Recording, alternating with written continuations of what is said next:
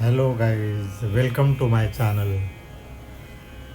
आज नेहमीप्रमाणे मी पुन्हा मराठीमध्ये बोलणार आहे.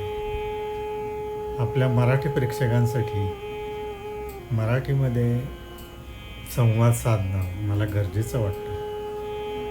आपण पहिला व्हिडिओ डॉगीवर केला होता, त्याचीच प्रेरणा घेऊन एक क्लोजअपमध्ये आपण एक सुरेख एक्सप्रेसिव्ह डॉगी आपण घेतला आहे या वेळेला.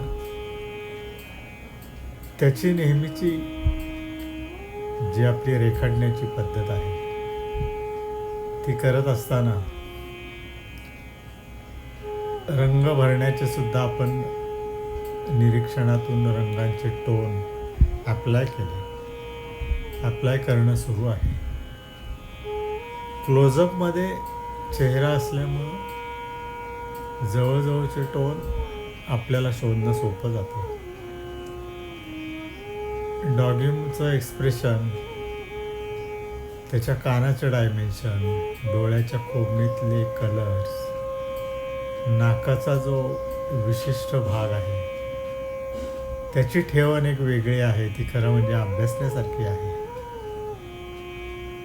डॉगीच्या गळ्यापासचा जो भाग आहे तो पांढरा आहे. तो रेखाटत असताना आपलं कौशल्य पणाला लागतं. जवळजवळचे टोन्स खूपच असल्यामुळे रंगवताना किंवा पाहताना सुद्धा आपल्याला खूप सोपं वाटतं. पण हा इफेक्ट आणताना भरपूर कसरत होते. याच्यावरून आपल्याला दिसतंय की रंग, त्याच्या शेड्स आपण एवढे अप्लाय करतोय आणि हळूहळू त्याला इफेक्ट येतोय.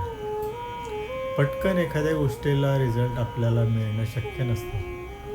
जवळजवळचे टोन जेव्हा अप्लाय करू आणि त्या रंगांचे जे क्रिस्टल्स आहेत, त्याचे जे टोन्स आहेत, ते क्रिस्टल्स एकामेकामध्ये मिक्सिंग झाल्याशिवाय आपल्याला तो परिणाम दिसत नाही.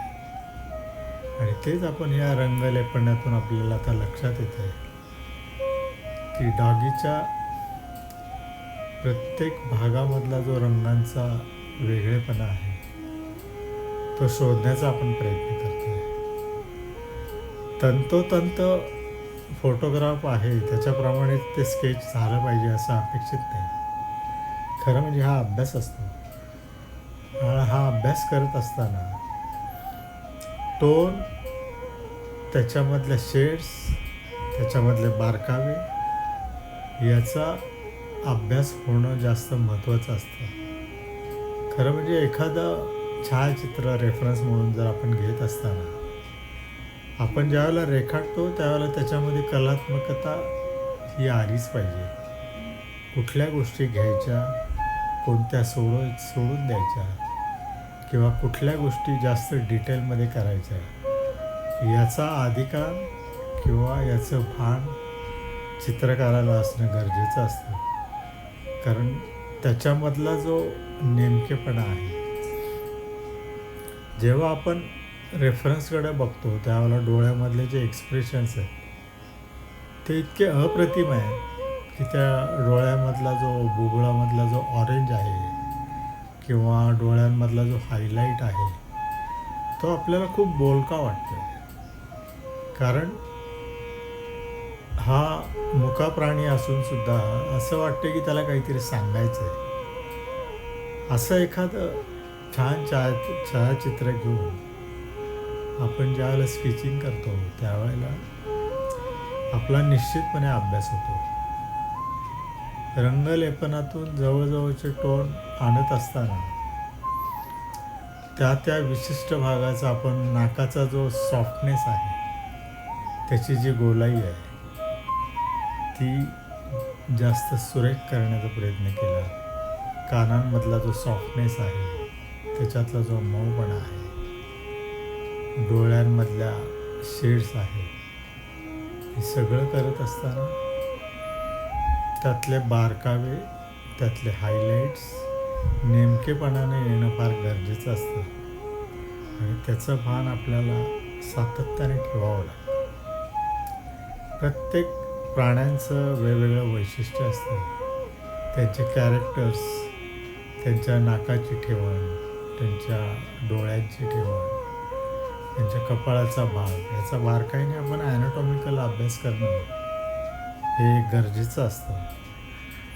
आणि सातत्यानं स्केचेस करत असताना रॅपिडली एखाद्या गोष्ट करणं, त्याचं बारकावे शोधणं, हे या रोजच्या प्रॅक्टिसमधून आपल्याला साध्य होतं. रँडमली आपल्याला एखादं स्केच करायची ज्यावेळेला वेळ येते, त्यावेळेला आपल्या हाताखालून अशा प्राण्यांची, पक्ष्यांची म्हणा किंवा काही माणसांचे चेहरे, ह्युमन फिगर आहे, त्याचा सातत्यानं अभ्यास हा फार महत्त्वाचा ठरतो. आणि आपल्या कामामध्ये सातत्य असल्याशिवाय, बारकावे शोधल्याशिवाय आपल्याला कौशल्य साधता येत नाही. हे आपण या डेमोमधून बघतो आहे की जवळजवळचे टोन करत असताना जी माझी कसरत झाली आहे, ती कसरत खरं म्हणजे आनंद देणारी होती. कारण त्या चित्रातला जो इम्पॅक्ट मला साधता आला, डोळ्यामधलं एक्सप्रेशन मला साधता आलं, त्यावेळेला मला खूप आनंद झाला. बाकीचे तपशील मी फार डिटेल न करता त्या चित्रामधला गोडवा कसा साधता येईल याचा मी प्रयत्न केला. आणि आता तो परिणाम आपल्याला दिसतो. तो जवळजवळ पूर्णत्वाकडं आल्यासारखा आपल्याला दिसतो. आणि अशा सातत्यानं प्राण्यांचे वेगवेगळ्या विविध प्राण्यांचे स्केचेस करणं, डेली प्रॅक्टिस करणं, त्याच्यातले बारकावे शोधणं, त्यांचे वेगवेगळ्या अँगल्स, वेगवेगळ्या पोजेस, याचा सातत्याने अभ्यास करत राहा. मी सुद्धा तुम्हाला विविध प्राण्यांच्या, विविध पक्ष्यांच्या सुद्धा स्केचेसचं व्हिडिओ तुम्हाला मी देणार आहे. तुम्ही यासाठी माझ्या चॅनलला सबस्क्राईब केलं पाहिजे, त्याच्यावर कॉमेंट्स दिल्या पाहिजे, लाईक केलं पाहिजे. आणि ते खूप महत्त्वाचं ठरतं. कारण सातत्यानं चांगलं काम द्यायचा प्रयत्न जेव्हा तुम्हाला मी करणार आहे, तेव्हा तुमच्या कॉमेंटची मला गरज भासते. तुमच्या सूचना, तुमच्या अपेक्षा, तुमची त्यामागची भूमिका किंवा तुमच्या काही सजेशन्स असतील तर त्यासुद्धा तुम्ही त्यात मांडायला हरकत नाही.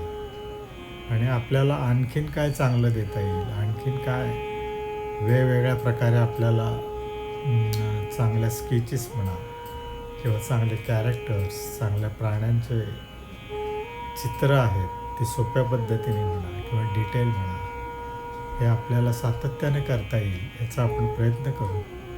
त्यासाठी माझी विनंती आहे की माझ्या चॅनलला आपण सबस्क्राईब करा आणि मला या व्हिडिओसाठी उत्तेजित करा आणि प्रेरणा द्या. धन्यवाद.